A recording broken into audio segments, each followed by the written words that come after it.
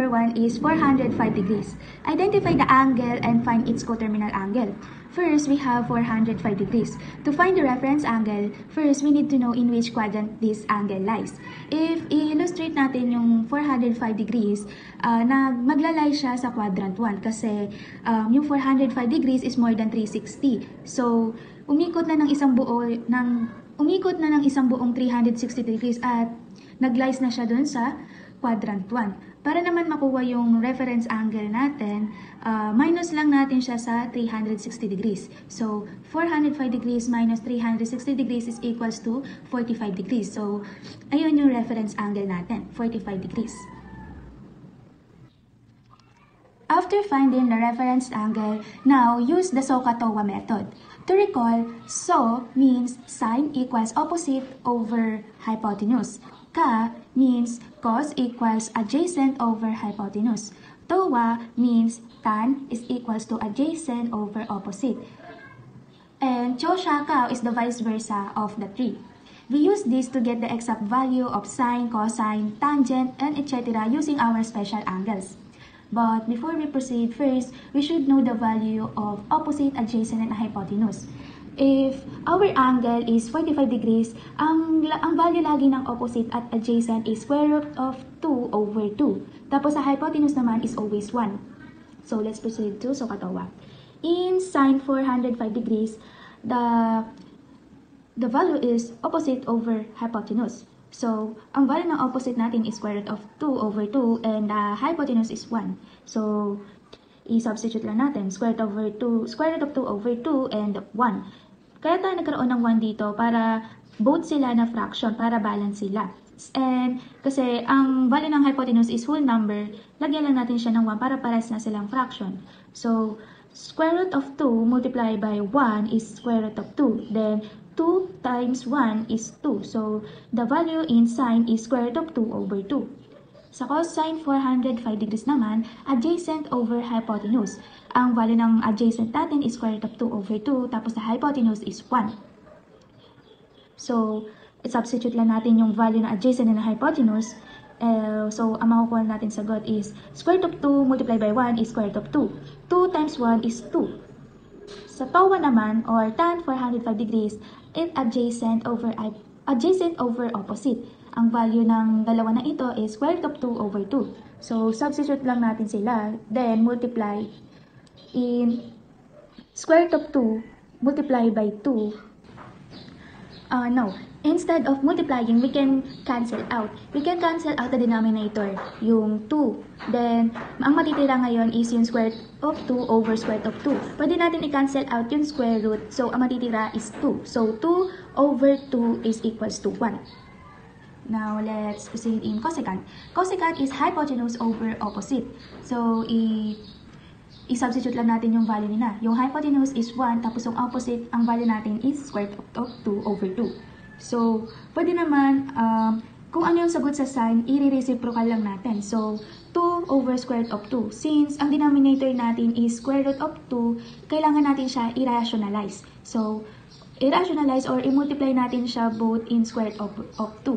So, 2 multiply of square root of 2 over square root of 2 is equals to 2 square root of 2 over 2. So, i-cancel out natin yung 2, ang matitira is square root of 2. So, ang magiging sagot ay square root of 2. Sa second naman, ganun din. Kung anong sagot sa cos, i-reciprocal lang din natin. So, 2 square root of 2, i-rationalize ulit natin. So, or multiply both in square root of 2. 2 multiply of square root of 2 is equals to 2 square root of 2. Then, cancel out lang din yung square root, ang matitira is 2. So, cancel out the 2 and ang sagot ay square root of 2. Sa cot naman is, same lang sila ng answer sa tan. So, kapag i-summarize natin, yung value ng 405 degrees, yung reference angle niya is 45 degrees. And yung 405 degrees na yun, maglalay siya sa quadrant 1 kasi nakaikot na siya ng isang buo. Then, para naman sa SOHCAHTOA, sa sine, square root of 2 over 2, yung cos is square root of 2 over 2. Sa tan naman, ang nakuha natin is 1. Para naman sa cosecant, square root of 2. Secant, square root of 2. Tapos sa cot is 1. So, that's how we find the exact value of circular function using reference angles, special angles, and the help of SOHCAHTOA CHO-SIA-CAO. And now, let's proceed to example number 2 for radian. 11 pi over 6. Hanapin muna natin yung kung saang quadrant naka-lies yung 11 pi over 6. Yung 11 pi over 6, kapag kinonvert natin siya into degrees, ang value niya is 330 degrees. So, maglalay siya ngayon sa quadrant 4. So, ito na drawing lang natin. Para naman makuha yung reference angle niya, ima-minus natin siya sa 2 pi. Bakit sa 2 pi? Kasi 2 pi is equals to 360 degrees. Ima-minus natin siya sa 2 pi kasi nasa quadrant 4 siya. So, let's subtract the 11 pi over 6 to 2 pi. 11 pi over 6 minus 2 pi over 1. Naglagay tayo ng 1 kasi whole number siya para balance sila na fraction. So, since magkaiba sila ng denominator, si 2 pi, i-multiply natin siya in both 6. 6 over 6. So, ito. 2 pi over 1 multiply by 6 over 6. 2 pi multiply by 6 is 12 pi. 1 times 6 is equals to 6. Then, after makuha natin, itong answer na to, isusubtract natin siya ngayon dun sa given natin. So, 12 pi over 6 minus 11 pi over 6 is equals to 1 pi or pi. Tapos, copy lang the denominator. So, ayan. Ngayon, ang reference angle natin ngayon is pi over 6. Kapag i-convert natin yung pi over 6, ang magiging value niya is sa degree is 30 degrees. So, yan. Reference angle natin ngayon is pi over 6. Ngayon, hanapin naman natin ngayon yung value ng adjacent, opposite, and hypotenuse. Yung hypotenuse is always 1. Tapos, sa adjacent naman, ang magiging value natin is square root of 3 over 2. Kasi, opposite siya ng 60 degrees. Kasi may technique tayo kapag 60 degrees, ang opposite niya is square root 2 over 2. Kapag naman yung 30 degrees, ang opposite niya is negative 1 over 2. Bakit negative? Kasi nandito siya sa quadrant 4. Now, let's proceed na sa SOHCAHTOA CHOSHAKAW. Sa sin 11 pi over 6, i-substitute lang natin ulit yung value ng opposite and hypotenuse. So, negative 1/2 over 1, tapos lagyan natin ng 1 sa denominator para both sila na fraction. So, multiply natin ng 1. Multiply by 1 is negative 1. Then, 2 times 1 is 2. So, ang answer is 1/2. Sa cos naman is square root of 2 over 1 or hypotenuse. Tapos, lagyan lang ulit natin yung denominator ng 1. Square root of 3 multiply by 1 is square root of 3. Then, 2 times 1 is 2. So, the answer is square root of 3 over 2. Sa tan 11 pi over 6 naman, TOA, opposite and adjacent. Yung value ng opposite natin is negative 1, tapos sa adjacent is square root of 3 over 2. So, negative 1/2, divide square root of 3 over 2. We can cancel out the denominator, which is the 2, then ang matitira is negative 1 over square root of 3. Since ang denominator ulit natin ay square root of 3, i-rationalize ulit natin siya, or i-multiply natin siya both in square root of 3. So, negative 1 multiplied by square root of 3 is negative square root of 3. Then, cancel out natin yung square root, then ang matitira is yung 3. So, doon naman tayo sa cosecant. Kung ano yung answer doon sa side, i-reciprocal ulit lang din natin. So, excuse me po.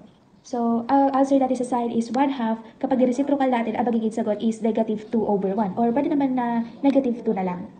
So, sa second naman, reciprocal lang ulit natin yung answer doon sa cos. So, 2 over square root of 3. I-rationalize ulit lang din natin. So, 2 multiplied by square root of 3 is equals to 2 square root of 3. Then, cancel out the square root.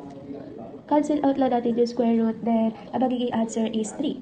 So, the answer is 2 square root of 3 over 3. Sa cot naman is, kung ano yung answer dun sa tan, i-reciprocal lang din natin. So, 3 over square root of 3, i-rationalize ulit natin kasi denominator is by square root. Then, 3 multiplied by square root of 3 is 3 square root of 3, then cancel out. Cancel out lang natin yung square root, then the answer is 3. So, cancel lang din ulit natin yung 3. Ang magiging sagot ay square root of 3. So, to summarize, given natin is 11 pi over 6, tapos ang reference angle niya is pi over 6 or 30 degrees. Tapos sa SOHCAHTOA naman, ang nakuha natin sa side is negative 1/2.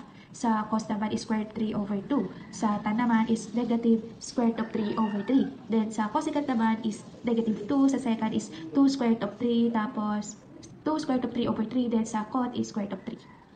Also, don't forget that we use SOHCAHTOA to get the base ratio. And always check the sign of sine, cosine, and tangent using the ASTC rule. Pag quadrant 1, all positive. Pag quadrant 2, sine is positive. Kapag quadrant 3 naman, tangent is positive. Pero kapag quadrant 4, cosine is positive. Since yung given natin na 11 pi over 6 is naglay sa quadrant 4, yung cosine is always positive. Then yung sine is negative, tapos yung tan is negative. So, yeah. Now, let's proceed sa graphs and properties of circular function. We have the equation of y equals 4 sine the quantity of 1/2 x plus 5 subtract by 4. Tapos, ito yung pinaka-equation natin. Y equals a sine the quantity of bx plus c minus d. So, first, kunin muna natin yung amplitude. Para makuha yung amplitude, kung ano lang yung nasa unahan ng sine. So, ang magiging amplitude natin ngayon is 4. Para naman sa period, we have the formula of 2 pi over b. So, 2 pi, tapos ano ba yung b natin sa equation, which is the 1/2. So, i-substitute lang natin. So, 2 pi over, lagyan natin siya para magiging ganito siya. 2 pi over 1. Since 2 pi is a whole number, gawin natin siyang fraction para balance sila nung 1/2. Then 1/2, then multiply natin siya na pag ganito. So, 2 pi multiplied by 2 is equals 2 times 2 is 4. So, 4 pi. Then, 1 multiplied by 1 is 1. So, pwede maging 4 pi na lang yung answer natin. Or 4 pi over 1. Yun yung period natin. 4 pi. Tapos, sa x scale naman, para makuha yung x scale natin, kung ano yung value natin dun sa period, yun yung numerator natin. Tapos, i-divide lang natin siya sa 4. Ulat. Para makuha yung x scale natin, kung ano yung answer natin dun sa period, yun yung numerator natin. Tapos, i-divide natin siya dun sa 4. Bakit 4? Because 4, kasi 4 na quadrant ang meron tayo. So, 4 pi over 4, tapos, pwede naman natin cancel out na lang. So, matitira is pi. Or, kapag divide natin, 4 divided by 4 is 1. Tapos, pi. So, pi ang magiging sagot natin sa x scale. Then, para naman sa phase shift, sa phase shift naman, para makuha natin to, kung ano lang yung value doon sa parentheses, yun lang kukunin natin. Or, kukunin natin siya, tapos equate natin siya sa 0. So, yung phase shift, kung ano yung nasa parentheses dito, i-equate natin ngayon yun sa 0. So, 1/2 x plus pi equals 0. So, i-transpose lang natin yung pi. So, magiging 1/2 equals to negative pi. Since, kung ano yung katabi ni x, doon natin i-divide both sides. So, i-divide natin sila. 1/2, pwede naman pala natin ito i-cancel out since same lang sila. So, ang matira is x and equals to negative pi over 1/2. Si negative pi, lagyan natin siya ng 1. So, negative pi over 1 over 1/2. So, pi multiplied by 2 is negative 2 pi. Then, 1 divided by 1 is 1 or negative 2 pi.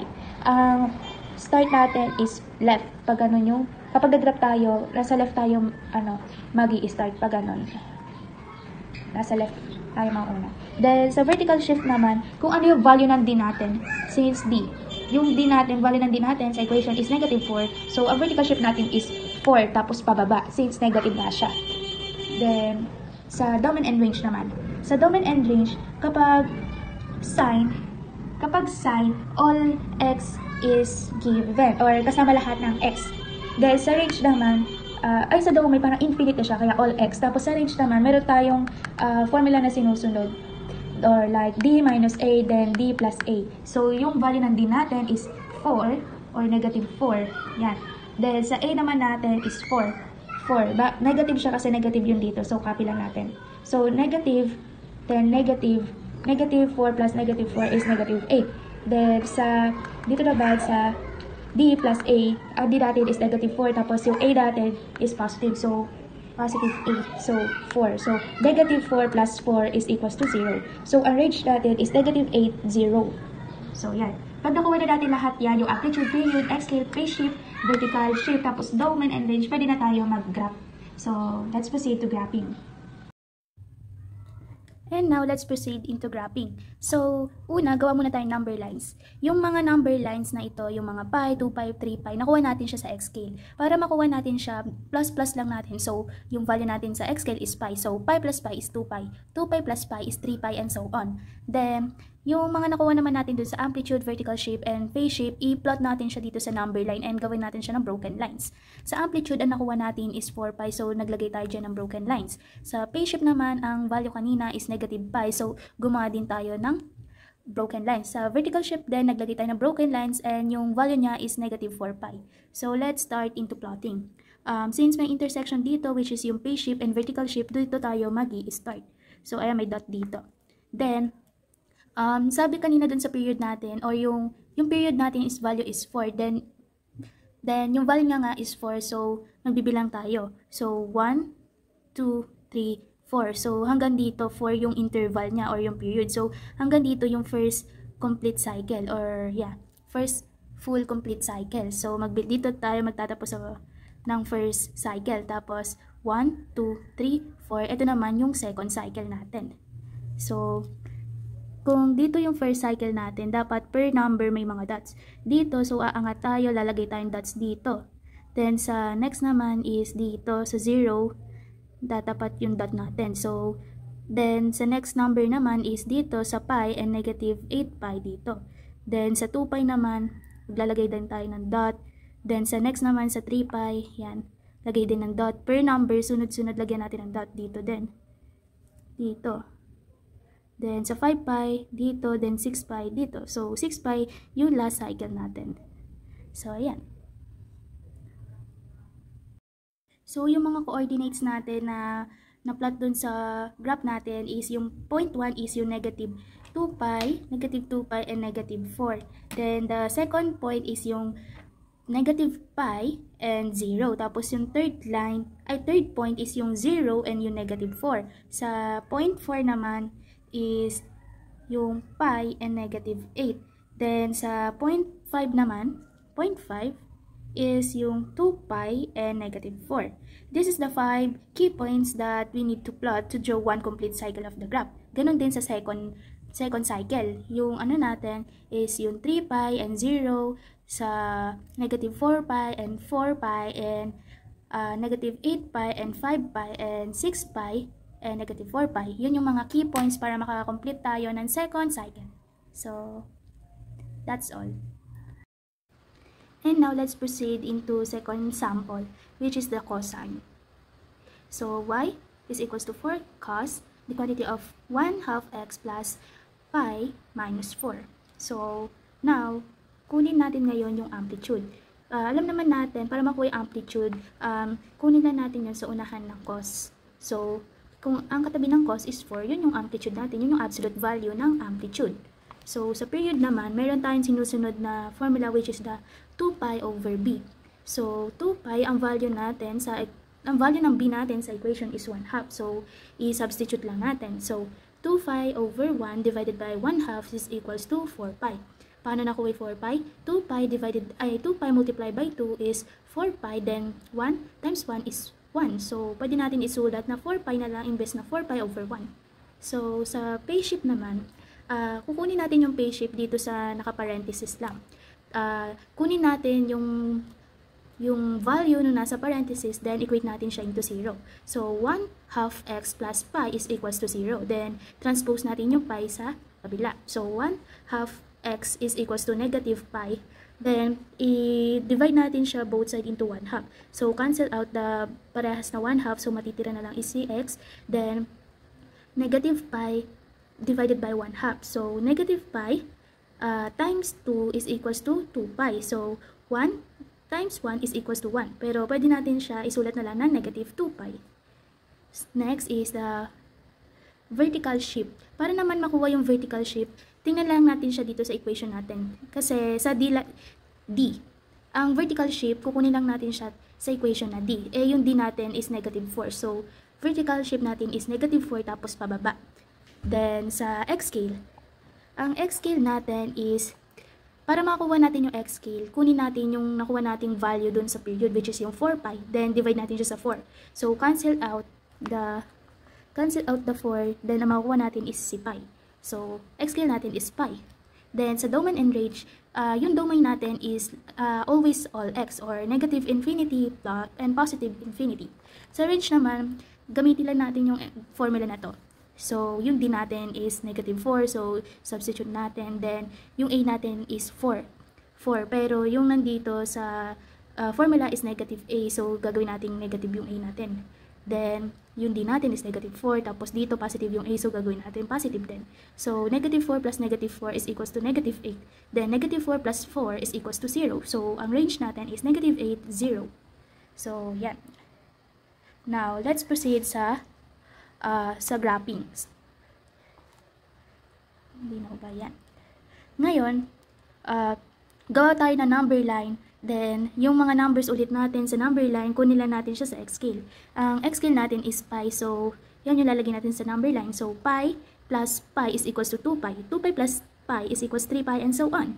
Then, yung mga broken lines na yan, ito saan ba ito nakuha? Yung negative 2pi sa phase shift natin. Ito sa phase shift, tapos ito sa amplitude natin. Amplitude natin siya nakuha. Ang value niya is 4pi. Ang value ng amplitude natin is 4 lang pala, not 4pi. Then, dito, ito, 4pi. Nakuha natin pala siya dun sa vertical shift natin. Because yung vertical shift natin is negative 4, tapos pababa. So, 0 from negative 4, dun natin nakuha yung broken line na to dun sa vertical shift. So, now, proceed tayo dun sa mga dots na to. Yung first dot natin, nakuha natin siya dun sa phase shift natin na value, which is yung negative 2pi. So, ito yung first dot natin. Yung second dot natin is next nung negative 2pi, which is negative pi. Tapos, nakatapat siya dito sa negative 4pi. Yun yung second dot natin. Next is third dot natin is yung 0. 0 nakatapat tapos dito sa negative 8pi. So, ito yung third dot natin. 0 and negative 8pi. Yung fourth dot natin is, kung ano yung next, diba 0? So, ang next niya is pi. So, dito natin siya tatapat sa pi, tapos dito sa negative 4pi. Or dun sa vertical shift natin. So, 1, 2, 3, 4. Ito na yung 4 dot natin.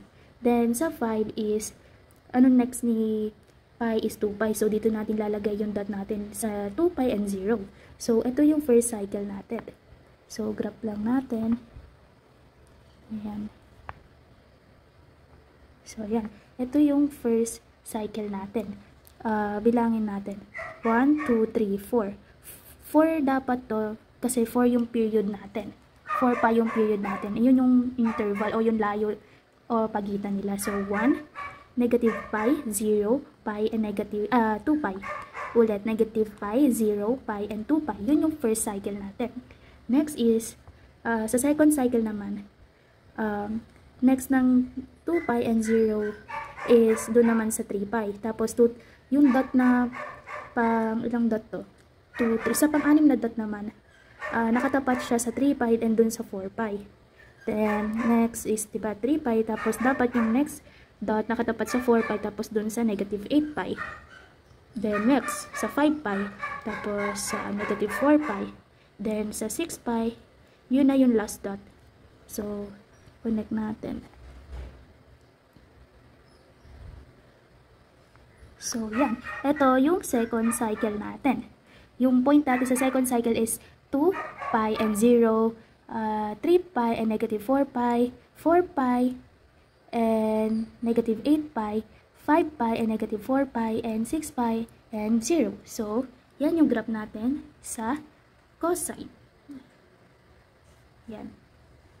Makikita natin yung pinagkaiba ng graph sa cosine and sine. Sa sine kasi, nag-i-start tayo ng wave dito sa intersection na to. Pero sa cosine, kung ano yung value ng phase shift, doon tayo magi-start ng wave. So, yan.